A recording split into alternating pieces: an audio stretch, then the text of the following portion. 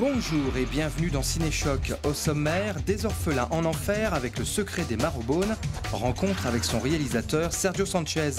Également à l'affiche, les zombies envahissent Paris dans La nuit a dévoré le monde et drame humain en Libye avec l'ordre des choses. Les dieux de la castagne vous donnent rendez-vous dans notre sélection vidéo spéciale Baston. Et enfin, en avant-première, Le silence est d'or avec la bande-annonce de Sans un bruit.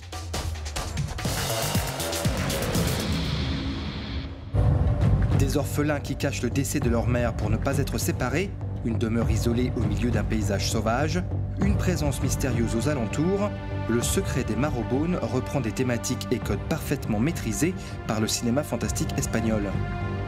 Rien, ni personne, ne nous séparera. D'ailleurs, son réalisateur n'est autre que le scénariste d'un des plus grands succès de l'effroi ibérique, L'Orphelinat. Nous avons rencontré Sergio Sanchez à la dernière édition du Festival du film fantastique de Gérardmer pour discuter de son premier long métrage en tant que metteur en scène. Je cherchais un projet à réaliser depuis 10 ans, mais chaque fois que j'apportais un scénario à ma productrice, elle me répondait « c'est trop long, trop compliqué. Pour ton premier film, tu dois voir moins grand ». Alors je lui ai raconté les grandes lignes de l'histoire. C'était juste une idée qui m'était venue comme ça. Elle m'a répondu « écris ça tout de suite ». Quand je me mets à écrire, ça prend généralement beaucoup de temps. Elle m'a dit « n'y réfléchis pas trop, envoie-moi 3 pages par jour ». C'est ce que j'ai fait et j'ai terminé la première version du scénario en 2 semaines. C'est venu très naturellement, ça a été assez facile. Évidemment, je l'ai réécrit 24 fois par la suite, mais la première version m'est venue très vite.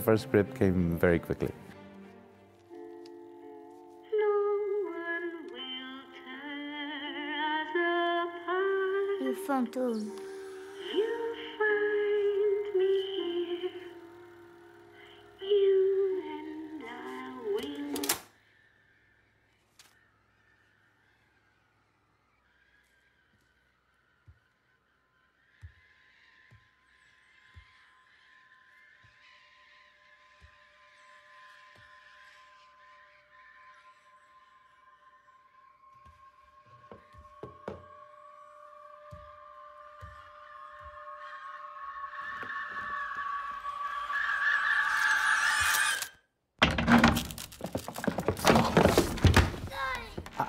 Je pense que c'est une histoire universelle. C'est comme un conte de fées. Ça pourrait se passer n'importe où. Mais comme c'est mon premier film, je voulais le rendre aussi personnel et familier que possible. J'ai grandi en Espagne et j'y ai vécu jusqu'à mes 15 ans. Et ensuite, j'ai passé mon adolescence aux États-Unis de 15 à 23 ans. En un sens, le film est un mélange de ces 2 univers que je connais. Et ces 2 cultures sont aussi une source d'inspiration formidable pour ce type d'histoire. Une sorte de conte gothique. D'une certaine façon, mon film appartient à ce registre-là. Oh, regarde, Sam! Ça doit être l'endroit qu'ils appellent le rocher de la sorcière rouge. C'est un crâne. Moi, j'aime pas ça, je veux qu'on rentre. Qui va là? Comment osez-vous envahir ma demeure? Je m'appelle Sam Marrowbone. Eux, c'est mes 2 frères, Billy et Jack. Et elle, c'est ma sœur Jane. Vous venez de pénétrer sur les terres de la sorcière rouge. Vous voyez ce passage sur votre droite? Vous devez le franchir. L'intérêt du film, c'est qu'il met en scène une rébellion contre la réalité. Alors, dès le départ, je me suis appliqué à rendre le monde fantastique plus attirant que le monde réel.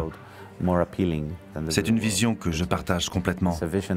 Je préférerais vivre dans un film que dans le monde réel.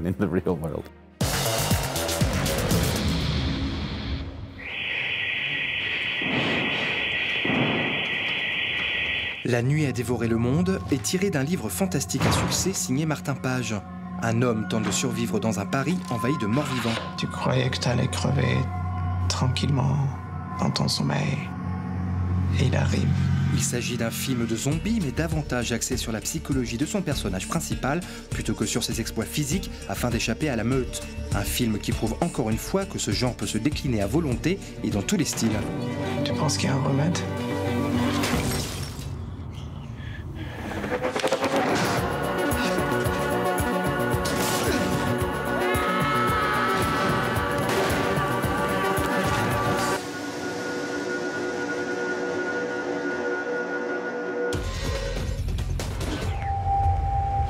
Finalmente, Rinaldi. Benvenuto a Tripoli. Ciao, ragazzi, come stai? Thriller politique au programme des cinémas cette semaine avec le film L'Ordre des choses. Un policier italien est envoyé en Libye afin de négocier des accords résorbant le nombre de migrants en partance pour l'Europe. Mais le négociateur impassible va peu à peu se laisser envahir par le doute devant la tragédie humaine. We will also make him respect the standards for human rights. Human rights. I like it. He was my brother. I'm very afraid. Open the door. Why?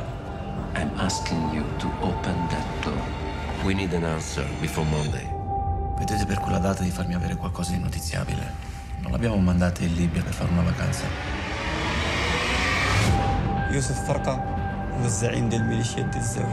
Evidentemente lei ha molti amici, signor Abdeladib. Noi vogliamo che fermiate le barche presenti in acque libiche in modo sistematico. Rinaldi, give me money. I give you the girl. Be careful, Mr. Ali. Se non era una cosa difficile non avremmo chiamato lei, ma avremmo mandato un funzionario qualsiasi, giusto?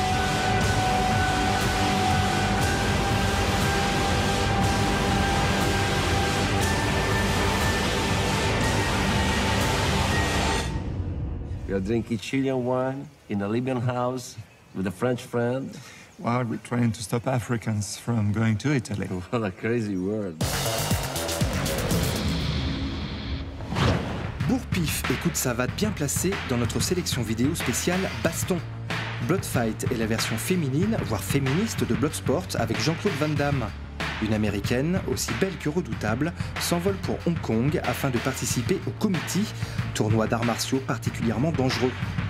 Bloodfight est avant tout un film construit autour de sa star Amy Johnston, cascadeuse sur des méga-productions comme celle de Marvel et qui tente de percer en tant que comédienne.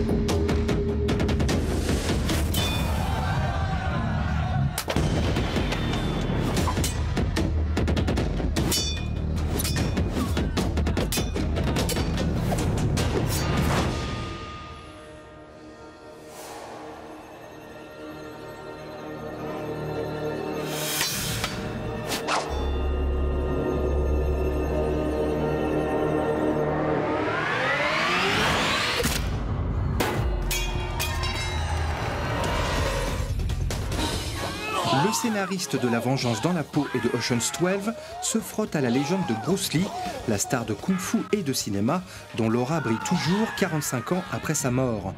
La naissance du dragon retrace le combat épique entre Bruce Lee, alors à San Francisco, et Wong Jackman, maître Shaolin envoyé de Chine pour défier le dragon rebelle.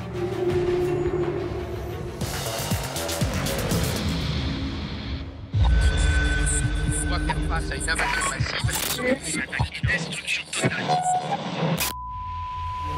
Le comédien John Krasinski s'affirme en tant que réalisateur avec son nouveau film intitulé Sans un bruit et profite pour travailler avec sa femme Emily Blunt. Dans un monde dévasté, une famille tente de survivre face à des créatures mystérieuses très sensibles au bruit. Ce film fantastique au concept très prometteur sortira en France au mois de juin. Ciao et à la semaine prochaine.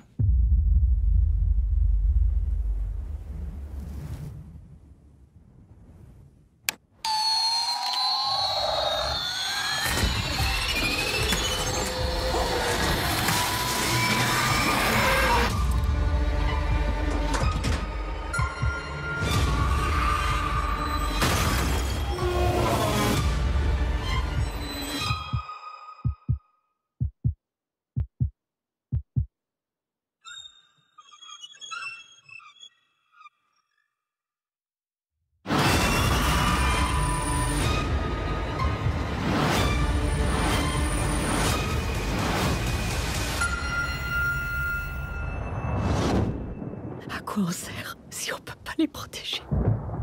On doit les protéger.